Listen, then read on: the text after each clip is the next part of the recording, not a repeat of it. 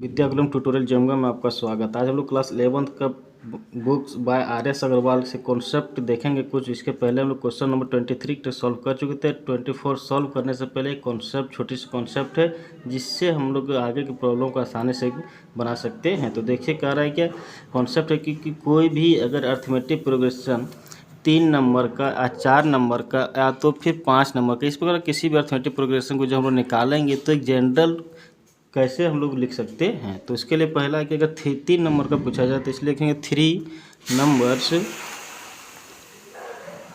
इन AP, यानी 3 number का arithmetic progression अगर होगा तो हम लोग कैसे लिखेंगे। पहला लिखेंगे A minus D coma A plus D. इस प्रकार हम लोग पहला वाले 3 नंबर का कोई भी अर्थमेटिक प्रोग्रेशन लिख सकते हैं। ये जनरल मेरा फार्मूला एक समझिए, तो जनरल तरीका वो लिखने का किस प्रकार से 3 नंबर का हम लोग अर्थमेटिक प्रोग्रेशन लिख सकते हैं। इसको देखेंगे कि वास्तव में यह अर्थमेटिक प्रोग्रेशन बना रहा है या नहीं बना रहा। चेक करते हैं हम लोग कि क्या है। तो फर्स्ट टर्म मेरा A माइनस डी है, सेकेंड टर्म ये है और third term A plus D है। तो इसमें कॉमन डिफरेंस निकाल के, क्योंकि किसी भी अर्थमेटिक प्रोग्रेशन में जो कॉमन डिफरेंस होता है वो हमेशा सेम ही होता है। तो देखते हैं क्या इसका कॉमन डिफरेंस क्या होगा। तो D निकालते हैं कि second term minus first one, A minus D. तो इसको सॉल्व करेंगे तो A minus minus plus D, तो A और ये कैंसिल, तो बचेगा यहाँ से केवल D। अब इस टर्म्स निकाल के देखते हैं कि क्या हो जाएगा। तो डिफरेंस निकालेंगे, कॉमन डिफरेंस, तो A plus D minus A, तो यहाँ से भी मेरा A और ये कैंसिल होगा तो केवल D बच रहा है। देख रहे हैं कि यहाँ भी D और यहाँ भी D है। तो कॉमन डिफरेंस अगर ऑलवेज सेम होगा तो किसी भी अर्थमेटिक प्रोग्रेशन होगा, अगर सेम नहीं होता तो वह अर्थमेटिक प्रोग्रेशन नहीं बनाता है। इसी प्रकार हम लोग इसके आगे देखेंगे कि 4 नंबर अगर हो जाए तो कैसे लिखेंगे। तो देखते हैं कि 4 नंबर के लिए क्या होगा। तो इसलिए लिखते हैं कि दूसरा कि 4 numbers in AP as A minus 3D। पहला टर्म लिखेंगे A माइनस 3D, दूसरा टर्म लिखेंगे A minus D comma, third term लिखेंगे A प्लस D और फोर्थ टर्म लिखेंगे A प्लस 3D। यहाँ से भी आप लोग निकाल सकते हैं कि जिसे हम फर्स्ट ऑर्डर में दिखाए कि कॉमन डिफरेंस अगर सेम होगा तो अर्थमेटिक प्रोग्रेशन होगा, नहीं होगा तो अर्थमेटिक प्रोग्रेशन नहीं होगा। इसी प्रकार हम लोग यहाँ भी देख सकते हैं कि कॉमन डिफरेंस यहाँ से भी जब भी निकालेंगे तो second term minus first term, या तो third term minus second term, या तो fourth term minus third term, तो कॉमन डिफरेंस हमेशा क्या निकल के आएगी, सेम ही निकल के आएगी। इसी प्रकार हम लोग 5 नंबर का भी कोई अर्थमेटिक प्रोग्रेशन लिख सकते हैं कि 5 numbers in AP as A minus 2D comma A minus D comma A plus D comma A plus 2D। इस प्रकार मतलब first, second, third, fourth, fifth term 5 term होगा तो 5 नंबर का AP लिख सकते हैं। यहाँ से भी हम कॉमन डिफरेंस निकालेंगे तो सेम ही निकल के आएगा। अब हम लोग देखते हैं इसी प्रकार अगर लिखना है 6 नंबर का तो कैसे लिखेंगे। तो 6 number in AP as A minus 5D comma A minus 3D comma A minus D comma A plus D comma A minus plus 3D comma A plus 5D। इस प्रकार हम लोग 3 नंबर का देखें तो कॉमन डिफरेंस सेम आ जाएगा। इसी में सिमिलरली इसमें भी हमारा जो 4 नंबर का AP लिखें उसमें भी हमारा जो कॉमन डिफरेंस सेम ही आएगा। 5 नंबर वाले में भी कॉमन डिफरेंस निकल के सेम ही आएगा। एंड 6 नंबर का भी अर्थमेटिक प्रोग्रेशन लिखेंगे तो इसमें भी कॉमन डिफरेंस सेम ही आएगा। और इसी प्रकार 7, 8, 9 तो जितना भी कहेगा उतना हम लोग लिख सकते हैं। इसी के बेस पर हम लोग क्वेश्चन नंबर 24 देखने वाले हैं कि किस प्रकार से उसका सॉल्यूशन किया जाएगा। बड़ी आसान तरीके से हम लोग इसके सॉल्यूशन को देख सकते हैं, कर सकते हैं। आइए देखते हैं क्वेश्चन नंबर 24 क्या बोल रहा है। क्वेश्चन नंबर 24 कहा जा रहा है, कहते 3 numbers are in AP if their sum is 27 and their product is 6, 4, 8, find the number, कह रहा है कि कोई 3 नंबर का अर्थमेटिक प्रोग्रेशन है जिसका सम दिया हुआ 27 एंड प्रोडक्ट दिया हुआ है 648। तो कह रहा है कि इसका नंबर ज्ञात करना है कि 3 नंबर कौन सा इसका होगा जो अर्थमेटिक प्रोग्रेशन बनाएगा। तो हम लोग देखते हैं इसकी सॉल्यूशन को, बड़े आसान तरीके से इसकी सॉल्यूशन को हम लोग देख सकते हैं पिछले वाले कॉन्सेप्ट पर। तो कह रहा है क्या, पहला हम सबसे पहले मानेंगे कि कौन कौन सा नंबर हो सकता, 3 नंबर का हो सकता है। तो मानेंगे let the required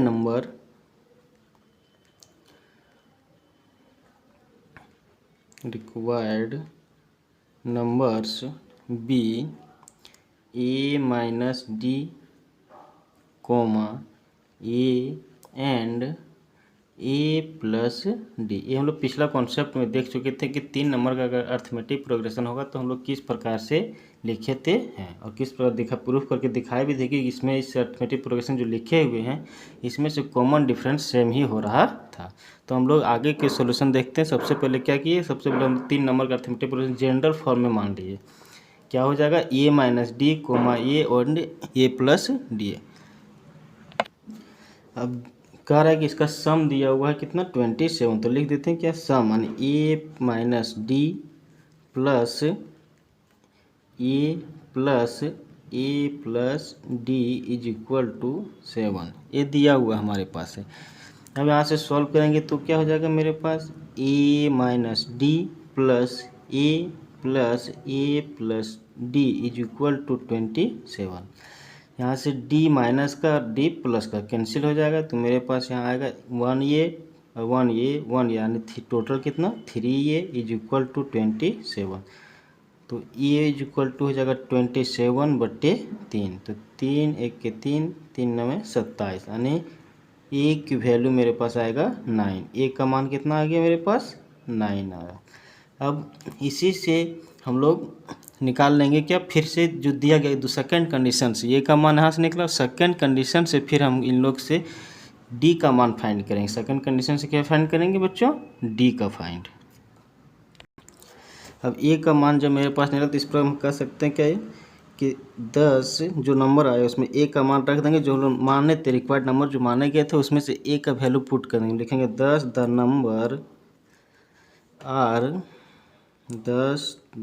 numbers are, यानी ए माइनस डी लिखा हो तो ए का मान कितना 8, तो 8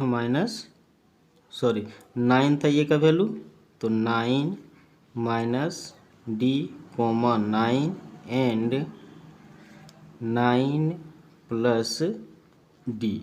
ये हमारा जो ए का वैल्यू 9 लिखे थे निकाल चुके थे, उसी का वैल्यू ई जो हम लोग ए माइनस डी माने थे, ए माने तो ए प्लस डी माने थे, उसमें 9 लिख दिए किसका वैल्यू, ए का मान। अब हम लोग यहाँ से जो दिया गया, लेकिन कह रहा है क्या कुछ सेकंड कंडीशन की, but their product is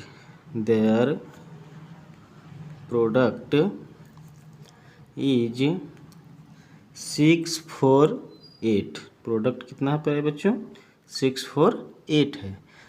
product का मतलब क्या हुआ, इसका गुणन, तीनों जो नंबर जो दिया गया उसका गुणनफल दिया हुआ है कितना 648। तो लिख सकते हैं therefore 9 minus D into 9 plus D is equal to कितना 648। तो अब यहाँ से हम लोग गुना करेंगे तो आएगा कितना 9 minus D into 9 plus D. अब ये जो 9 है इधर जाके क्या हो जाएगा, इधर मल्टीप्लाई में, तो राइट साइड लेके जाएंगे तो क्या हो जाएगा, डिवाइड हो जाएगा। क्या हो जाएगा प्यारे बच्चों, डिवाइड हो जाएगा। तो इसको कैंसिल करेंगे, 9 1 जा 9, 9 7 जा 63, बचा कितना 1 और 9 2 जा 18, यानी 9 minus D into 9 plus D is equal to 72। अब यहाँ से मेरा आगे के हम लोग क्या करेंगे, ए माइनस डी और ए प्लस डी का फॉर्म लगाएंगे। तो क्या हो जाएगा मेरे पास, A minus B into A plus B हम लगाते हैं तो इसको क्या लिखते हैं, A square minus B square. तो यहाँ लिखेंगे 9 का स्क्वायर माइनस डी का स्क्वायर इज इक्वल टू 72। अब 9 का square 81 minus D square is equal to 72। ये 81 को हम लोग प्लस में है और डी स्क्वायर माइनस में है, तो हम लोग क्या करेंगे, डी स्क्वायर को उधर ले जाएंगे तो क्या बन जाएगा प्यारे बच्चों, प्लस का माइनस का प्लस, और 81 को इधर ही रह गया, और इस 72 प्लस था तो इसको इधर लाएंगे तो कितना हो जाएगा माइनस। तो D square is equal to, इसको माइनस करेंगे तो 81 में 72 जाएगा तो 9 बचेगा। कितना बचेगा 9। तो यहाँ से कह सकते हैं क्या, डी स्क्वायर इधर स्क्वायर है तो उधर ले जाएंगे क्या जाएगा अंडर रूट, क्या हो जाएगा अंडर रूट। लेकिन जब भी हम लोग ले जाते हैं इसे स्क्वायर रूट बनाते हैं तो प्लस माइनस होता है, नहीं 2 मान देता है, क्योंकि इसकी पावर कितनी थी 2 था, इसलिए 2 वैल्यू दी जाएगा। तो यहाँ से कह सकते हैं डी का मान कितना आ जाएगा प्लस माइनस 3। कितना आ जाएगा प्लस माइनस 3, यानी डी का मान 2 आया, एक प्लस 3 और एक माइनस 3। तो हम लोग यहाँ के मेरा नंबर जो हम लोगों के पास मिलेगा वह 2 तरह से मिलेगा, एक +3 से मिलेगा और दूसरा -3 से मिलेगा। देखते हैं कि नंबर क्या मिल सकता है। तो लिखेंगे जब when take D is equal to 3, यानी +3, क्या लेंगे +3, तो नंबर मेरे पास क्या आ जाएगा, नंबर्स आर, यानी 9 माइनस डी था तो क्या बन जाएगा 9 माइनस 3, कोमा 9 एंड 9 प्लस 3। ये मेरा नंबर था, जहाँ डी था वहाँ क्या रख दिए 3 रख दिए, क्या रख दिए 3। तो नंबर मेरे पास निकल के क्या आ गया 9 माइनस 3 6, कोमा 9 एंड 9 3 12। नंबर क्या निकल के आई मेरे पास 6 9 और 12। इसी प्रकार जब डी की वैल्यू -3 लेंगे तो नंबर क्या आएगा देखते हैं। तो नंबर्स आर, यानी 9 माइनस 3, कोमा 9 एंड 9 प्लस -3। यहाँ से निकल गया 9 minus minus plus, comma 9 and 9 plus minus minus हो गया, तो कितना हो जाएगा 9 और 3 12, कोमा 9 एंड 6। तो मेरे पास एक नंबर 6 9 12 आया, और दूसरा जब -3 ले रहे थे तो 12 9 और 6, यानी क्रम बदल जा रहा है, उल्टा चल रहा है। क्या इधर चला 6 9 12, और जब माइनस लिए तो 12 9 6 आया। नंबर दोनों एक ही, तो उसमें भी 6 आया, इसमें भी 6 आया, 9 उसमें भी 9, इसमें भी 12 उसमें भी 12। लेकिन क्या हुआ क्रम बदल गया, कि हम लोग चल रहे थे सीक्वेंस में कैसे इंक्रीजिंग ऑर्डर में, लेकिन जब माइनस लिए तो क्या हो जाए डिक्रीजिंग ऑर्डर में चले गए। तो हम लोग कह सकते हैं कि इस प्रकार हैंस द रिक्वायर्ड नंबर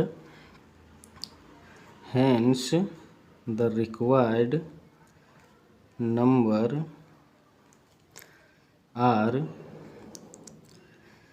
6 9 12 और 12 9 6, यानी 2 तरह का नंबर हम लोग को प्राप्त हुआ। यही मेरा क्या फाइनल आंसर हुआ।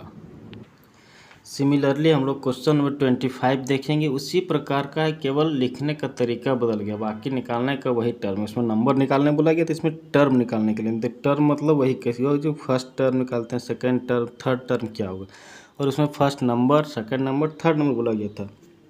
तो क्वेश्चन क्या कह रहा है, कह रहा है कि the sum of 3 consecutive terms of an AP21 and the sum of the square of this term is 165, find this term. कहता है ये टर्म क्या हुआ, 3 टर्म जो हम लोग निकालेंगे वो कौन सा होगा। तो इसमें कहा गया कंडीशन बदल दे, उसमें था क्या पहला सम था तो इसमें भी सम बोला गया, लेकिन दूसरा कंडीशन 24 क्वेश्चन में दिया गया था कि इसका प्रोडक्ट दिया हुआ था, और इसमें क्या दिया हुआ सम ही दिया है लेकिन स्क्वायर में दिया गया। क्या बोला गया है कि सेकंड कंडीशन में स्क्वायर में है, कि इसका सम कैसा होगा स्क्वायर में होगा।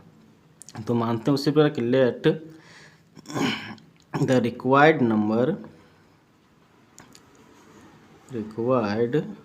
Number are A minus D, comma A and A plus D, क्योंकि हम लोग 3 माने, क्योंकि कह रहा है क्या 3 कंसेक्यूटिव नंबर है, इसलिए हम लोग क्या मान लिए 3 टर्म को मान लिए, है ना। यहाँ नंबर की जगह टर्म भी लिख सकते हैं कि लिख देते नीचे में क्या, और या तो टर्म्स, 3 टर्म्स में ये मेरा आ गया। तो क्या हो जाएगा, इसके दिया गया क्या है, पहले तीनों टर्म का जोड़ दिया हुआ कितना, सम, यानी a minus D plus A plus D is equal to 21। तो डी से डी कैंसिल हो, यहाँ से क्या निकल गया, 3a इज इक्वल टू 21। तो a इज इक्वल टू क्या निकल के आएगा, 7। कितना आ जाएगा, 7। 3 से कैंसिल हो जाएगा 21, तो 7 बार में, तो इसलिए a का मान कितना आ गया, 7। तो नंबर क्या आ जाएगा मेरे पास, जो टर्म है ना, लिख सकते हैं कि 10, इस प्रकार 10 दिज टर्म है ना, ये जो नंबर है ना, 10 द टर्म्स आर, यानी 7 minus D coma 7 and 7 plus D, ये मेरा तीनों टर्म आ गया। अब दूसरा कंडीशन बोला जा रहा है क्या, कि इन तीनों का स्क्वायर का सम दिया हुआ है, कितना दिया हुआ है, 165। लिखेंगे but there are sum of the square of this term, sum of the square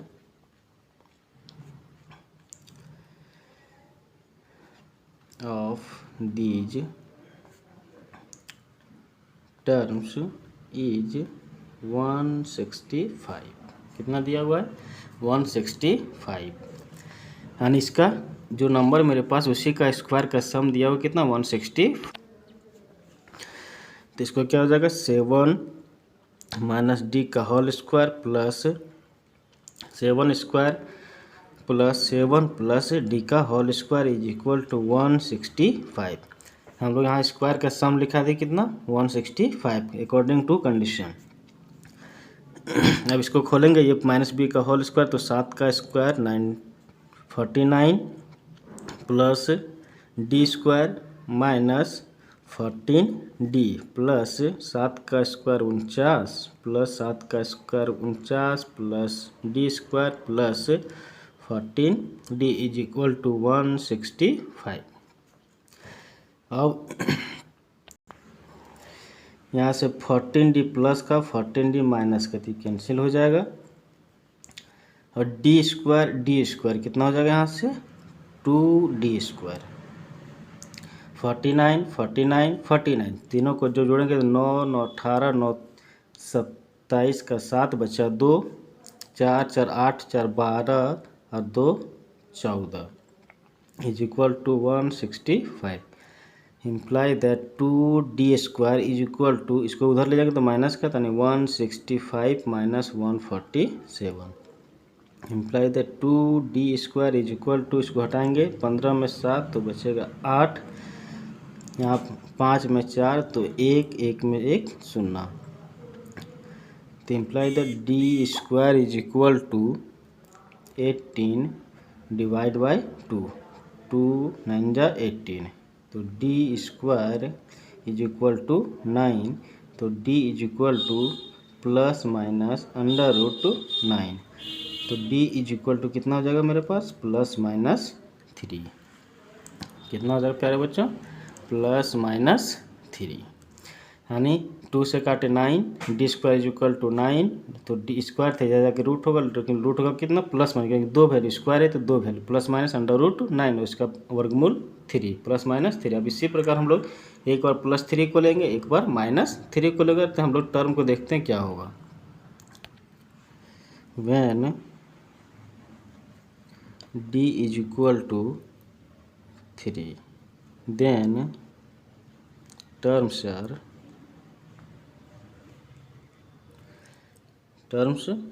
कितना हो जाएगा मेरे पास, 7 माइनस 3 कोमा 7 एंड 7 प्लस 3, तो 7 माइनस 4 7 एंड 10, ये मेरा पहला टर्म निकल गया। जब प्लस 3 लिए तब, अब इसी पर देखते हैं हम लोग क्या, कि जब माइनस 3 लेंगे तो क्या आएगा। When D is equal to minus 3 then terms are 7 -3 comma 7 and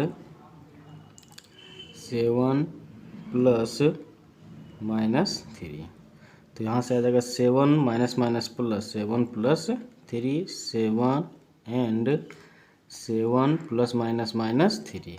तो हो जाएगा यहाँ से 10 7 एंड 4।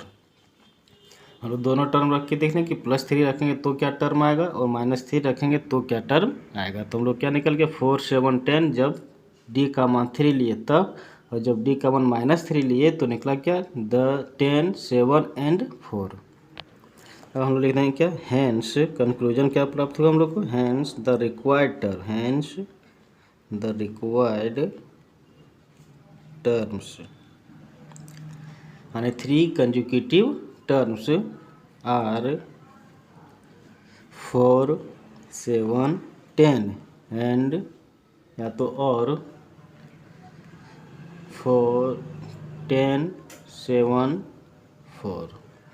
यानी जब डी का मान लो पॉजिटिव लिखते तो 4 7 10 आया हुआ था, और जब नेगेटिव लिए हुए थे तो 10 4 7 आया हुआ है। और यही मेरा क्या हुआ फाइनल आंसर हुआ। और बड़ी आसानी तरीके से हम लोग क्वेश्चन नंबर 25 को भी सॉल्व कर दिए और आसानी से सभी को समझ में आ भी गया होगा। अब नेक्स्ट क्वेश्चन देखते हैं 26 क्या बोल रहा है और उसके सॉल्यूशन को देखते हैं। क्वेश्चन नंबर 26 बोला कि the angles of a quadrilateral, the angle of a quadrilaterals are in A P whose common difference is 10 degree, find the angle. करा के किसी चतुर्भुज का जो कोण दिया हुआ वो क्या एक अरिथमेटिक प्रोग्रेशन में है, तो कह रहा है वो एंगल कितना कितना होगा, जबकि उसका कॉमन डिफरेंस क्वेश्चन में गिवन दिया हुआ है। तो दिया हुआ क्या चीज़ है, पहले given common difference D is equal to 10 degree. मान लेते हैं कि let the required angles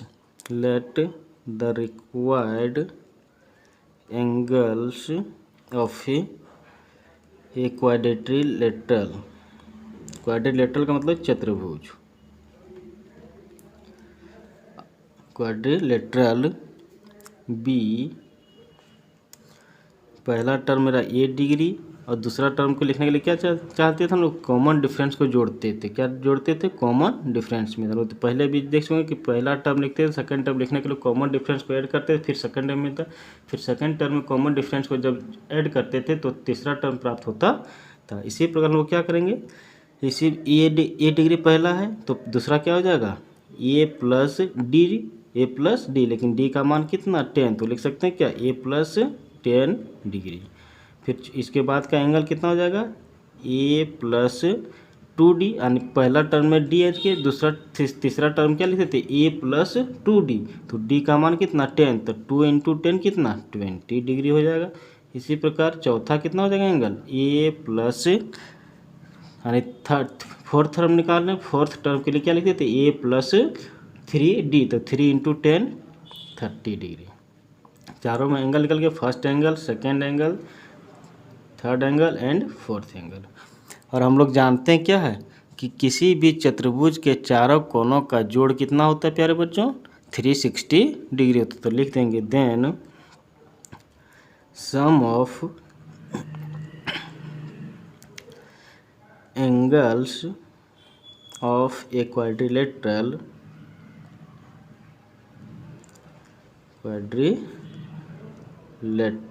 is 360 degree.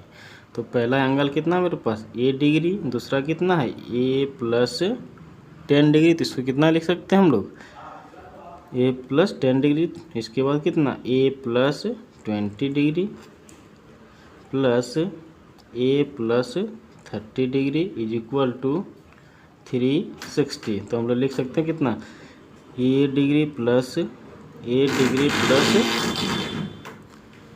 10 degree plus A degree plus 20 degree plus A degree plus 30 degree is equal to 360 degree. तो ये और ये कितना हो जाएगा यहाँ से 4a degree plus 10 plus 20 plus 30 यानी 60 डिग्री। कितना हो जाएगा 30 और 20 50 और 10 60 is equal to 360 degree. Imply that 4a degree, इधर प्लस उधर जाके क्या हो जाएगा minus, 360 degree minus 60 degree. Imply that 4a degree is equal to 300 degree. Minus करने पर कितना हो जाएगा 360 minus 60 is equal to 300। Imply that a degree is equal to 300 divide by 4, क्योंकि हम मल्टीप्लाई में तो इधर आके क्या हो गया डिवाइड विथ 4 1 जा 4, 4 7 जा 28, 30 बचा 2, 4 5 जा 25। तो यानी 1 डिग्री का मान आएगा कितना 75। कितना आ गया 75 डिग्री। यानी ये डिग्री कितना 75, तो हम लोग कह सकते हैं कि एंगल रिक्वायर्ड एंगल वो जो माने थे वो क्या क्या हो जाएगा मेरे पास, लिख सकते हैं therefore required angles of a quadrilateral